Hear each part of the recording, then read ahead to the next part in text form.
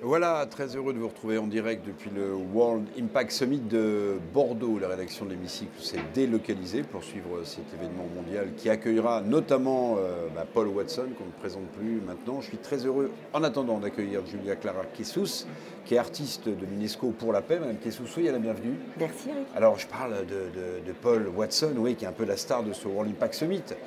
On va voir ce que vous avez découvert sur le sommet, mais c'est vous qui allez interviewer Paul Watson aujourd'hui. Exactement, ce soir. Alors,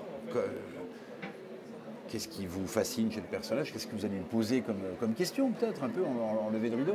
Alors, pour tout dévoiler, ce que je vais lui poser comme question, c'est vraiment comment est-ce que ce capitaine à câble des temps modernes, comment est-ce qu'il va essayer de pouvoir enfin réussir à avoir Moby Dick?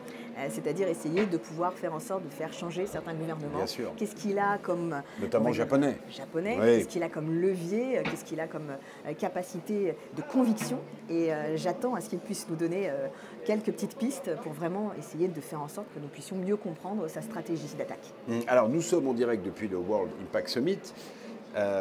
Peut-être, ma chère Julia Clara, vous avez eu le temps de faire un peu le tour. Qu'est-ce qui vous a frappé peut-être parmi les stands? Vous avez discuté avec des gens, ils vous ont interpellé?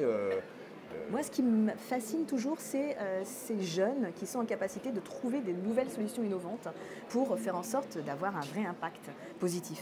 Je pense en particulier au niveau écologie des solutions qui vont réduire le carbone. Ça, moi, c'est quelque chose qui m'interpelle en particulier, ou encore au niveau de la nourriture.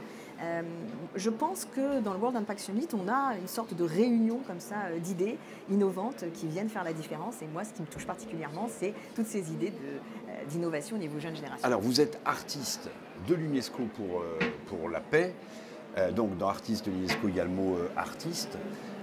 Est-ce que le monde difficile dans lequel on vit, en matière de transition écologique, de violence politique, de violence géopolitique, inspire davantage les artistes? Puis peut-être quel est le rôle d'une artiste de l'UNESCO pour la paix? Alors le rôle d'une artiste de l'UNESCO pour la paix, c'est de pouvoir par son art d'essayer à créer un vivre ensemble qui va être un peu plus harmonieux. Par exemple, dans certaines démissions, j'ai même tout un caractère de l'art de la diplomatie, ou alors l'art justement de pouvoir mieux communiquer en entreprise. J'utilise le théâtre en fait comme base pour essayer de réunir les gens au travers d'une communication plus harmonieuse. Donc j'interviens en entreprise avec des formations pour essayer que les personnes puissent mieux s'entendre. J'interviens au niveau diplomatique aussi, alors là, hors de ma casquette UNESCO, pour créer des alliances de diplomatie féministe pour que des femmes dans les gouvernements... Vous occupez des droits de la femme aussi. Exactement, essayent de pouvoir être reconnues.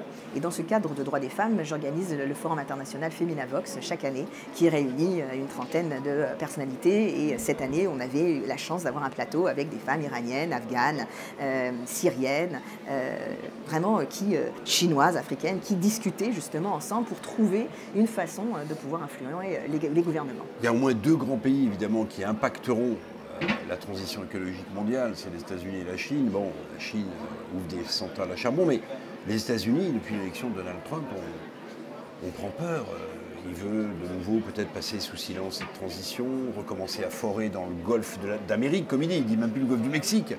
Bon, voilà, est-ce que l'artiste que vous êtes est sensible à ces changements qui bruissent dans le monde?